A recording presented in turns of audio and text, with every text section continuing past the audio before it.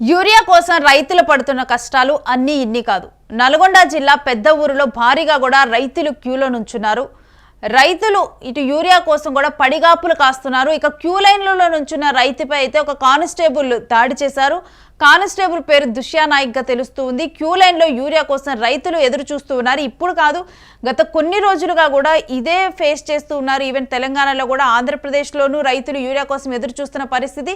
ఇటు తెలంగాణలో కూడా యూరియా కోసం అయితే చాలా ఉద్రిక్త పరిస్థితులే చోటు చేసుకున్నాయి. ఇప్పుడు కానిస్టేబుల్ దుష్యా నాయక్ లైన్లో నుంచున్న రైతుల మీద ఆయన చేయి చేసుకున్నారు. ముగ్గురు రైతులపై కూడా దుష్యా నాయక్ చేయి చేసుకున్నారు. దానికి సంబంధించిన దృశ్యాలు మనం చూస్తున్నాం. క్యూ లైన్లో కూడా చాలా ఎక్కువ మంది యూరియా కోసం కూడా ఎదురు చూస్తూ ఉన్నారు. ఎదురు చూస్తూ ఉన్న నేపథ్యంలో అక్కడున్న వారు ప్రశ్నించినప్పుడు వాళ్ళ మీద ఆయన చేయి చేసుకున్నాడు. అలా ఒక్క రైతు మీద కాదు, ముగ్గురు రైతుల మీద కూడా ఆయన ఈ విధంగా చేయి చేసుకున్నారు. అయితే యూరియా ఎప్పుడు ఇస్తారని ప్రశ్నించుకున్నందుకు కూడా ఈ దాడి చేసినట్లుగానైతే తెలుస్తూ ఉంది. కొద్ది రోజుల క్రితం నారాయణపేటలోనూ ఎస్ఐ ఇదే విధంగా అత్యుత్సాహాన్ని చూపించారు. మరికల్ మండలం తీలేరులో యూరియా కోసం అడిగిన రైతును ఎస్ఐ అప్పుడు కొట్టడం జరిగింది. ఈ విధంగా కూడా ఒకవైపు రైతులేమో యూరియా కోసం పడిగాపులు కాస్తున్నారు.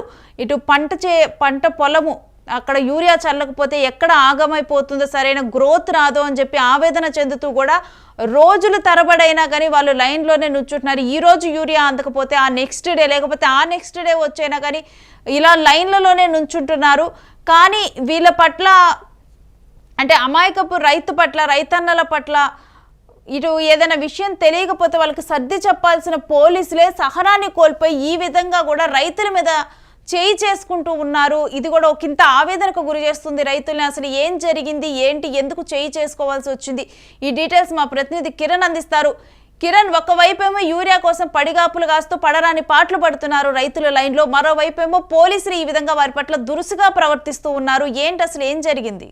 రేణుశ్రీ, రెండు తెలుగు రాష్ట్రాల్లో యూరియా కొరత స్పష్టంగా కనబడుతుంది. ఎందుకంటే ఆయా ప్రభుత్వాలు కేంద్ర ప్రభుత్వం మీద నెపం నెట్టినా కూడా కేంద్ర ప్రభుత్వాలు రాష్ట్ర ప్రభుత్వాల మధ్య సమన్వయం లేక అటు తెలంగాణలోను ఇటు ఆంధ్రలోను యూరియా కొరత స్పష్టంగా కనబడుతుంది. అయితే తెలంగాణలో గత కొన్ని రోజుల నుంచి యూరియా పైన విపరీతమైన ఆందోళన చేస్తున్నారు రైతులు. రోడ్లెక్కి నిరసనలు చేస్తున్నారు, ధర్నాలు చేస్తున్నారు. వేరు ప్రాంతాల్లో నిత్యం యూరియా అందలేదని చెప్పి ధర్నాలు, నిరసనలు, క్యూ లైన్లలో గొడవలు, పోలీసులు రంగ ప్రవేశం చేయడం, అక్కడైతే క్యూ లైన్లు ఎక్కడైతే తోపులాట జరుగుతుందో అక్కడ రైతులపై చేయి చేసుకోవడం జరుగుతుంది. అయితే యూరియా దొరక్క మేము ఆవేదన చెందుతూ ఉంటే మరోపక్క పోలీసులు మాపై దాడి చేయడం ఏంటంటే రైతులు ఆవేదన చెందుతున్నారు. దేశానికి ప్రజలకు అన్నం పెట్టే రైతన్న మీద పోలీసులు ఇలా దాడి చేయడం అనేది కరెక్ట్ కాదంటూ తీవ్ర విమర్శలు లేకెత్తున్నాయి. అయితే ఇక్కడ ఈ క్యూ లైన్లు ఏదైతే నల్గొండ జిల్లా పెద్ద ఊరాలో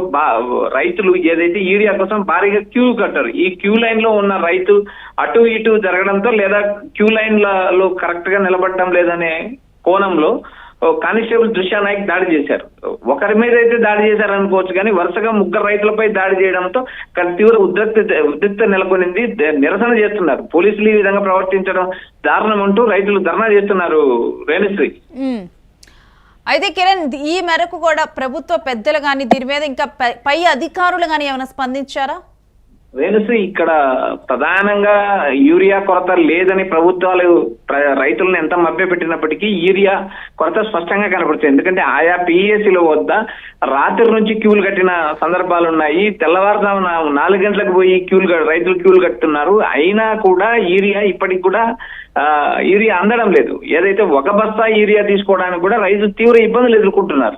వారు యూరియా ఇయ్యండి మహాప్రభువులారా అంటూ అటు వ్యవసాయ శాఖ మంత్రిని, ఇటు రాష్ట్ర ముఖ్యమంత్రిని, అటు కేంద్ర ప్రభుత్వాన్ని ముగ్గురిని కోరుతున్నారు. ఎక్కడైతే తెలంగాణలో కేంద్ర రాష్ట్ర ప్రభుత్వాల మధ్య సమన్వయం లేక యూరియా కొరత స్పష్టంగా కనబడుతుంది. ప్రభుత్వం ఏదైతే చెప్తుందో యూరియా కొరత లేదని చెప్పినప్పటికీ కూడా ఆయా ప్రాంతాల్లో, ఆయా జిల్లాల్లో ప్రతిరోజు ఏదో ఒక చోట ధర్నాలు, నిరసనలు జరుగుతూనే ఉన్నాయి. అయితే కేంద్ర ప్రభుత్వం 40,000 టన్నులు అదనంగా యూరియా ఇచ్చిందని రాష్ట్ర ప్రభుత్వం చెప్పినా కూడా ఎందుకు కొరత ఉంది అనే దానికి ప్రభుత్వం సమాధానం చెప్తుంది. యూరియాను ఏమైనా బ్లాక్ తరలిస్తున్నారా, బ్లాక్ మార్కెట్ తరలి వెళ్తుందా, ఏ కోణంలో రైతులకు యూరియా అందలేదు అనేది ఇక్కడ ప్రధానంగా సమస్య అయిపోయింది. రైతులు ప్రధానంగా యూరియా సకాలంలో అందించండి, సకాలంలో వర్షాలు పడ్డాయి, యూరియా అందించే వరికి, ఏదైతే వరి పంట తెలంగాణలో అత్యధికంగా పండుతుంది, ఆ వరి ఏపుగా పెరగడానికి యూరియా అత్యవసరం. అలాంటి పైరుకు ప్రస్తుతం యూరియా అందించలేని పరిస్థితి రాష్ట్ర ప్రభుత్వం ఉంది. ధనుశ్రీ. అయితే ఇప్పుడు మెయిన్గా కనుక మనం చూసుకుంటే దీంట్లో రైతుల మీద ఈ దాడి అంశం మీద ఎవరైనా అధికారులు కానీ లేకపోతే ఎవరైనా స్పందించే అవకాశం ఉందా? ఇప్పటికైతే స్పందన లేదు. ప్రస్తుతానికైతే రైతులు అక్కడ నిరసనలు ధర్నాలు వ్యక్తం చేస్తున్నారు. మాకు యూరియా ఏంటి మహాప్రభు, మీరు కొట్టారు, మేము రైతులు అనేవాడు అన్ని విధాలా దెబ్బతిని ఇలా ఉన్నారు, రైతుల పరిస్థితి రాష్ట్రంలో దేశంలో అగమ్య గోచరంగా ఉందంటూ వారు మాకు యూరియా ఏంటి మహాప్రభు అంటూ అటు అధికారులను ఇటు పోలీసులను ఇటు రాష్ట్ర కేంద్ర ప్రభుత్వాలు కోరుతున్నారు. అయితే ఈ సకాలంలో వర్షాలు పడినా కూడా సరైన సమయంలో యూరియా అందకపోవడం వల్ల రైతులు ఆవేదన ఆక్రోధన చెందుతున్నారు. ఎందుకంటే తెలంగాణలో ప్రధానంగా పండే పంటల్లో వరి ప్రధానమైంది.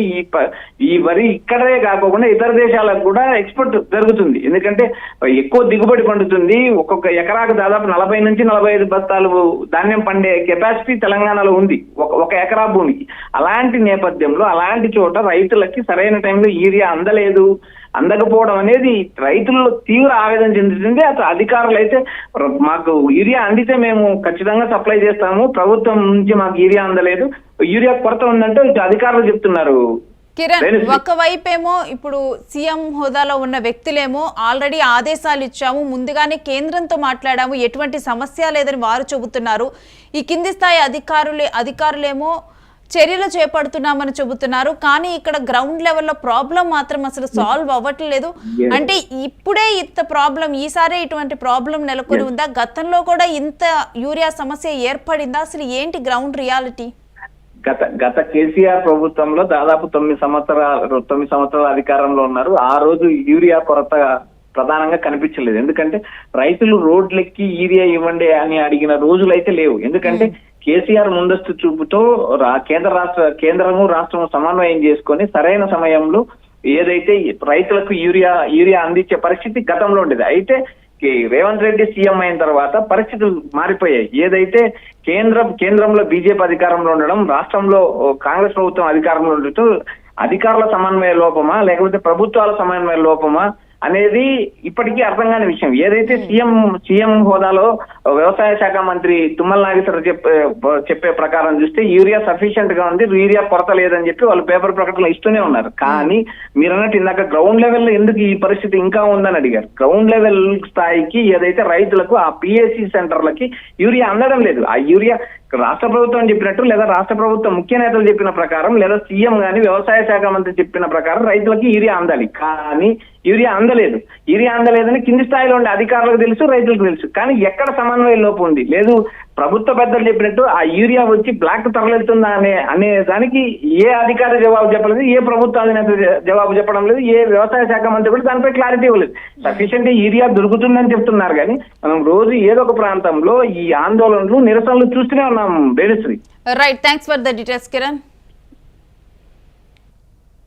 సో ఈ యూరియా సమస్యలు అనేవి కూడా గత కొన్ని వారాలుగా చూస్తే ఏదో ఒక ప్రాంతంలో తెలుగు రాష్ట్రాల్లోనే, కేవలం తెలంగాణలో అని చెప్పడానికే లేదు, తెలుగు రాష్ట్రాల్లో ఏదో ఒక ప్రాంతంలోనైతే ఈ సమస్య లేవనెత్తుతూనే ఉంది. రైతులు దీని మీద ఆందోళన చేస్తూనే ఉన్నారు, క్యూ లైన్లో నుంచుంటూనే ఉన్నారు. రోజులు తరబడి కూడా ఈ రోజు యూరియా అందకపోతే ఆ నెక్స్ట్ రోజు మరుసటి రోజు యూరియా అందిద్ది అని చెప్పి కూడా ఈ విధంగా కూడా రైతులు వచ్చి క్యూ లైన్లో నుంచుంటున్నారు. ఒకవైపేమో వరి కంకి వేయటానికి సిద్ధంగా ఉంది. ఎటువంటి సమయంలోనే కరెక్ట్గా కూడా యూరియా పంటకు అందిస్తే కంకి గట్టిగా రావటానికి కానీ వీటన్నిటికీ కూడా దోహదపడుతుంది. అలాంటి సందర్భంలో కరెక్ట్ టైంలో పొలానికి పడవలసిన బలమైన మందు పడాలి. అలాంటి టైంలో వాళ్ళకి యూరియా అనేది అందటం లేదు. దీనికోసమే రైతులు పడిగాపులు కాస్తున్నారు.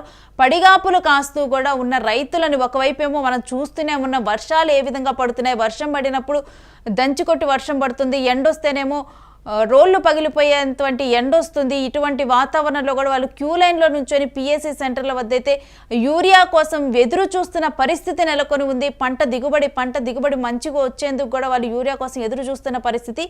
ఇలాంటి సందర్భంలో యూరియా ఎప్పుడు అందిద్దని చెప్పి వాళ్ళు అడిగిన సందర్భంలోనేమో ఒక్కవైపేమో పోలీసులు తమ మీద చేయి చేసుకుంటూ ఉన్నారు. ఆత్మగౌరవంతో బతికే వ్యక్తి రైతన్న. అటువంటి వ్యక్తుల మీద ఇటు పోలీసులు కూడా దురుసుగా ప్రవర్తిస్తూ ఉన్నారు. ఒకవైపు పోలీసుల ప్రవర్తనని వాళ్ళు ఖండిస్తూ ఉన్నారు. కానీ వాళ్ళకి యూరియా ముఖ్యం అంటూ కూడా ముందు యూరియా కోసం అయితే వాళ్ళు క్యూ లైన్లో నుంచున్న పరిస్థితి. అయితే యూరియా కోసం చూస్తే కనుక గ్రౌండ్ లెవెల్లో అంటే ఒకవైపేమో అధికారులు మేము సమన్వయం చేస్తున్నామంటున్నారు, మరోవైపేమో ప్రభుత్వ పెద్దలు మేము అధికారులకు సరైన సూచనలు ఇచ్చాము, ముందుగానే కేంద్రంతో మాట్లాడాము, కావలసినంత యూరియాని తెప్పించాము అంటున్నారు. కానీ గ్రౌండ్ లెవెల్లో చూస్తే రైతులకేమో యూరియా అందటం లేదు, ఎక్కడో ఒక దగ్గర ఏదో ఒక సమస్య నెలకొంటూనే ఉంది. ఈ విధంగా కూడా యూరియా సమస్యతో పడరాని పాట్లు పడుతున్నారు, తీవ్ర ఇబ్బందులు ఎదుర్కొంటున్నారు రైతులు.